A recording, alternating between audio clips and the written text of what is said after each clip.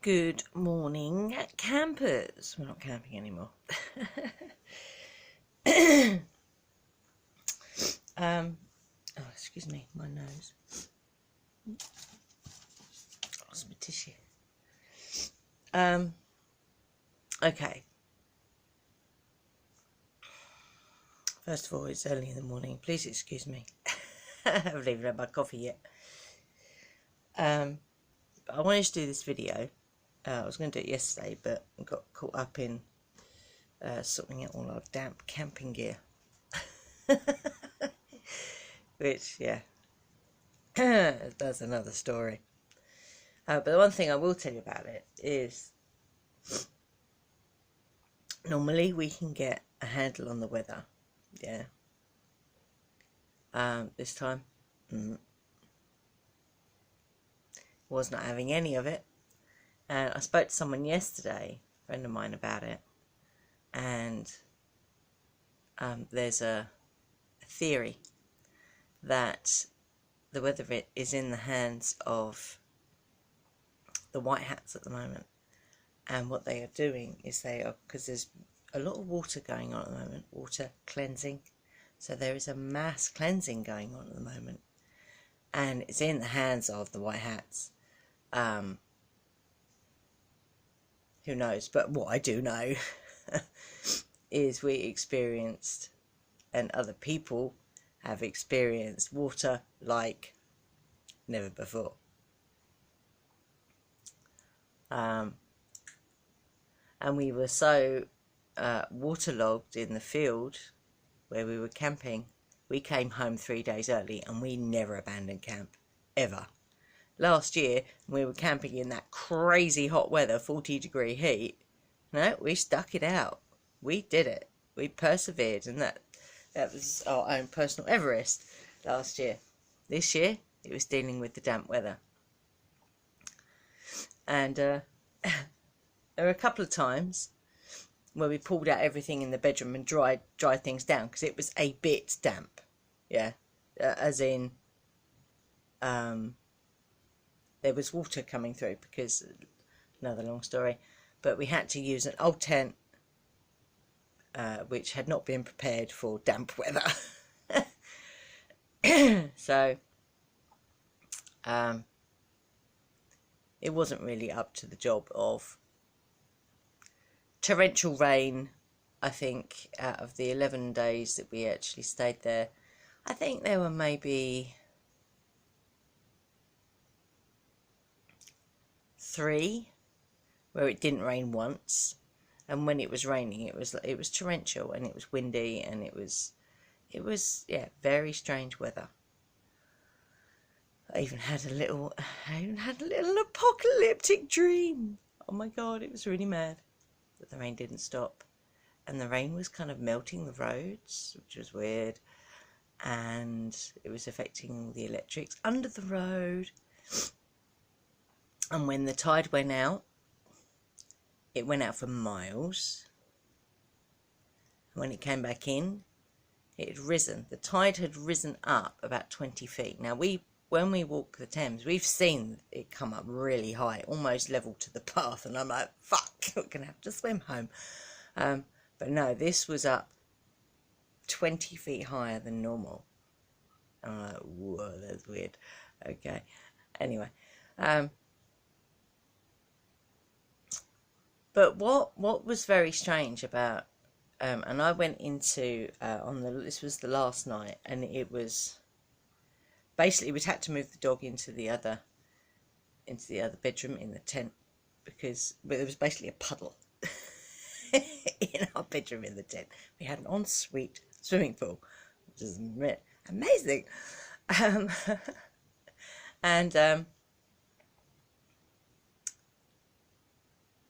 in the middle of the night, it was 4 o'clock in the morning, actually, because he said to check the time. It's 4 o'clock in the morning. He went out to go to the toilet, and when he came back, he said, "Ange, there's like that much water like floating around in the field." I'm like, oh my god. So we had a conversation. We decided no, we were going to pack up and leave, because our tent was just not up for the job. It was 12 years old, for goodness sake. our 12-year-old tent, which has served us so many camps and been, where was the, it had been on a few camps over the years. It had been all round Kent. It had been to Sussex. It had been many places, this tent. So it had a good run. And as we were packing it up, I thanked it for its service. And the upshot, we got a new tent. Ha! So we've got 2 new tents that we've got to use now. Anyway. So yeah, the really weird thing was, after we decided that that's what we were going to do, we went back to sleep and I had this weird dream. But before I had that weird dream, I went up again because I was trying to find out what was at the root of all of, you know, this, the not being able to tweak the weather, which normally we can do, yeah. And it was very strange because when I went into and it was a theta state. I know it was a theta state because I wasn't in my body.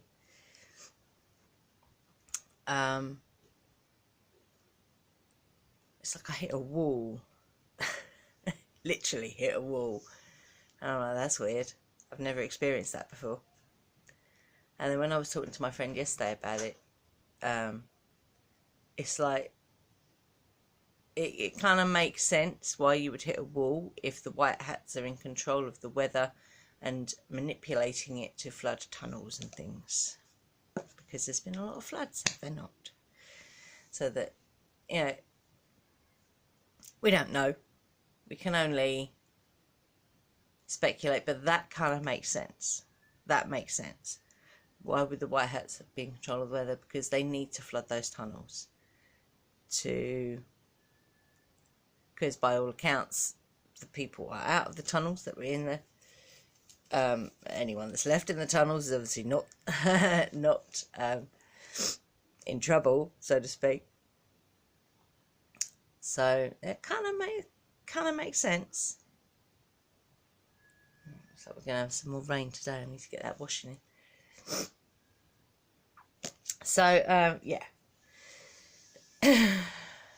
So we decided we were coming home, and so I've had a couple of days of just like coming back down. But the thing that I got, the thing that we knew, because there were a couple of other times when we got absolutely soaking wet. I nearly got hypothermia. Was that it was a cleansing. So last year, in the sun, it was a baptism of fire, and we connected with Sekhmet, and she's guided us this whole year on what we've been doing. For Ian, it's been Hathor, who's an aspect of Sekhmet. This year, it was a baptism of water, air, and earth, because it was all 3 of those together. It was the mud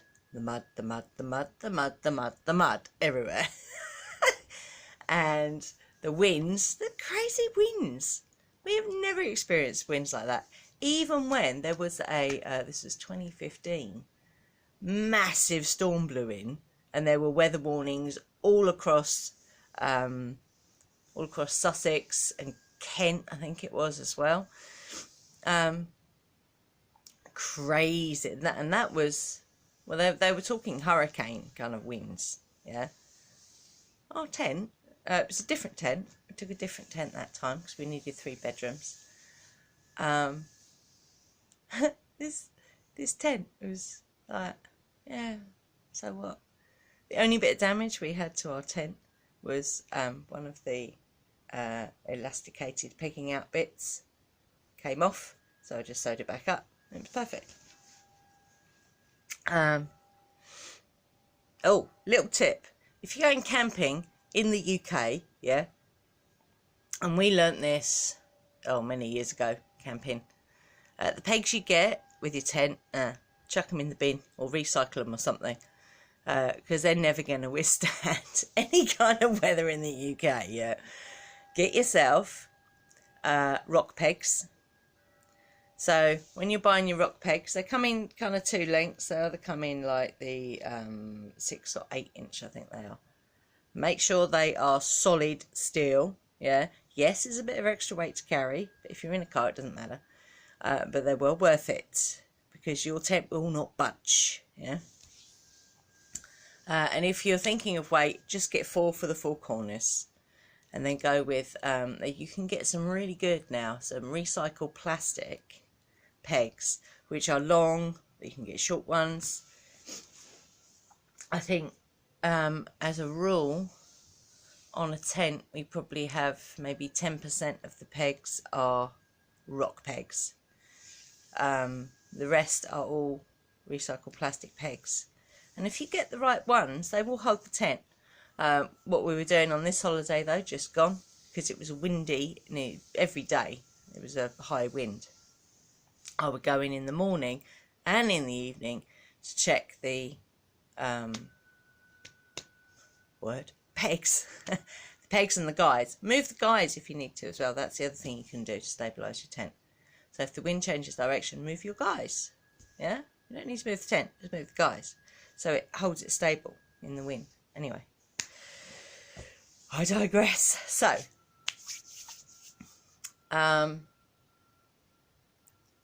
so we started the marsh walk again yesterday. So we knew it was a cleansing. That was where I was. We knew it was a cleansing. Like last year was a baptism of fire. So yesterday on the marsh walk, I was asking some questions. I missed my A206 for my divination. And so I asked the questions, just to clarify, was I speaking to deity? Because I felt like clearly now I know they couldn't intervene in that weather. So instead of saying, no, we can't intervene, they were silent. And I'm like, what the fuck is going on? It's weird. So I asked the question. First question I asked was, am I talking to deity? Yes. And I got there was a truck that went past. It was a big cement mix lorry, and it had like a Y shape. You can make this up. It had almost like a Y shape letter on it, which then went round and disappeared. So am I talking to deity? Yes. Was it a cleansing? And what was the other question I asked?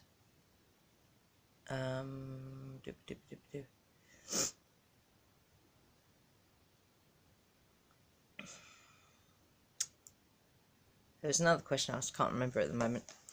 But what was really interesting is we got the Soul Star twice, so we went back to that meditation yesterday. Because we were dealing with damp and stuff on holiday. It was really difficult to kind of keep any practice going because it was so wet outside that we could, it's like, it's just the way it was. So we've gone back to a walk, the meditation, the yoga. And so we got Soul Star, we got some other bits and pieces. And there was a truck that we've never seen before, and on the side of it was the Great Bear. And me and Ian were like, whoa, that's a bit mad. And I said to him, there's a card in the Wildwood Tarot. Sorry, it's back to front. Called the Great Bear. And he's all about ancestors, yeah. Now, I'm going to read you this. Because the other thing I got, it wasn't just, when we were on the marshes yesterday, it wasn't just a cleansing. We have been reset. So I don't know if that resonates with you as well, but we have been reset. And it does kind of feel like that. It feels like when we've come back, it's like, we're not, but it feels like we're starting again. We know we're not, but that's kind of how it feels. It feels like something's been wiped clean. Yeah. So I'm going to read you this. I'll put a light on. You can actually see what I'm reading. So the Great Bear. Yeah. So I'm not going to read you the description of the card because that is the card. Okay. See that? It's the Wildwood Tarot. It's number 20 of the Major Arcana. So, meaning. Fear of death and damnation have mutated into a distorted view of the card traditionally known as judgment, as a calling of righteous souls from their graves by an angel on Judgment Day. But the universe is much simpler than that. And it has, the laws of evolution and cause and effect have more to do with divine judgment than human morals. If, on a personal level, life is squandered in the pursuit of vainglories, I love that word, and pretentious ambition, the painful void left within an individual's soul will make itself known through despair and frustration. On the earthly or universal sphere, if we abuse the ecosystem and lay waste to the world's resources, nature will find a way to redress the balance by its own evolutionary means, which is kind of what was happening in my dream that I had with the rain not stopping. Nature is not vindictive, just practical. By the same token, if time is spent, I haven't woken up yet, my eyes haven't rebooted themselves. Time is spent educating and understanding ourselves. This investment in wisdom will help us live our lives with a deeper respect for all humanity and nature. Life will be enriched by the joy and beauty of the universe. The Great Bear is the guardian of the forest ways and holds the power of life and death over those who transgress its laws. Now we know, do we not, that there are a faction of souls on this planet who, that's exactly what they've been doing. They've been transgressing the laws of nature, of the universe, universal law.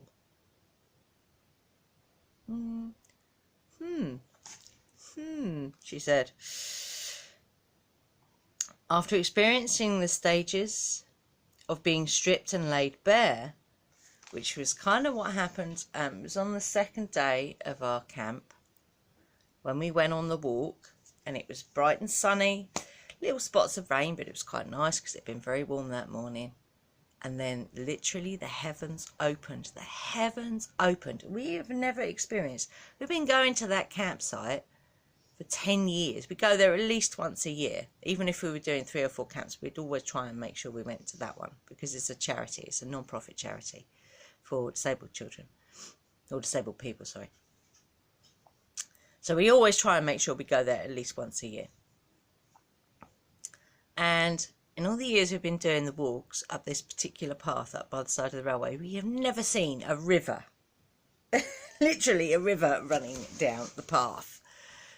And the path was just water. It was crackers. It was absolutely bonkers, yeah. And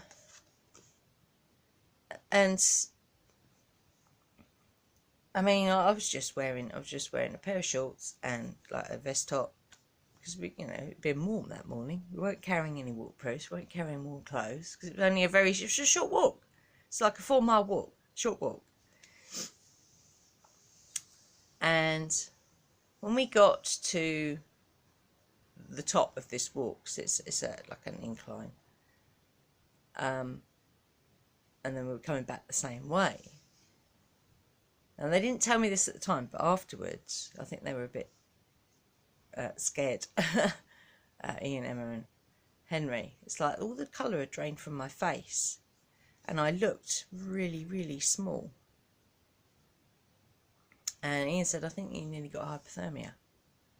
Because it was freezing cold. The rain was freezing cold. Now the rest of the time, the rain was damp, obviously. But it was kind of warm. But this day, it was freezing cold. It was freezing. And, yeah, just very, very bizarre. Very bizarre. I've never got hypothermia in my life, and I've got soaking wet many times. It's very strange. So that's kind of how it felt like. That's what I'm saying. It kind of felt like being stripped and laid bare. Yeah. After experiencing the stages of being stripped and laid bare, the initiate experiences renewed strength and wisdom, and is reborn into the place of quiet stillness, peace, and rest that allows the healing process to be completed. The new, whole, reconstructed person lies hibernating, full of potential, ready to meet the coming spring with energy and joy. And then reading points, yeah. The only thing in life that is assured is that if you wait long enough, it will change. How you survive that change and who you are after it is up to you. So you know that, don't you? You know that. The major element in this process of judgment of yourself and others. The major element in this process is judgment of yourself and others. This may relate to an assessment regarding a personal matter or situation, and could be linked to the process of forgiving. It may also relate to a group or social decision. Yeah, what's going on in the world at the moment? Oh my God. And the process of judgment, both as an individual and on the universal level, honesty is the key. What am I always saying? You've got to be true to yourself. You have to be true to yourself.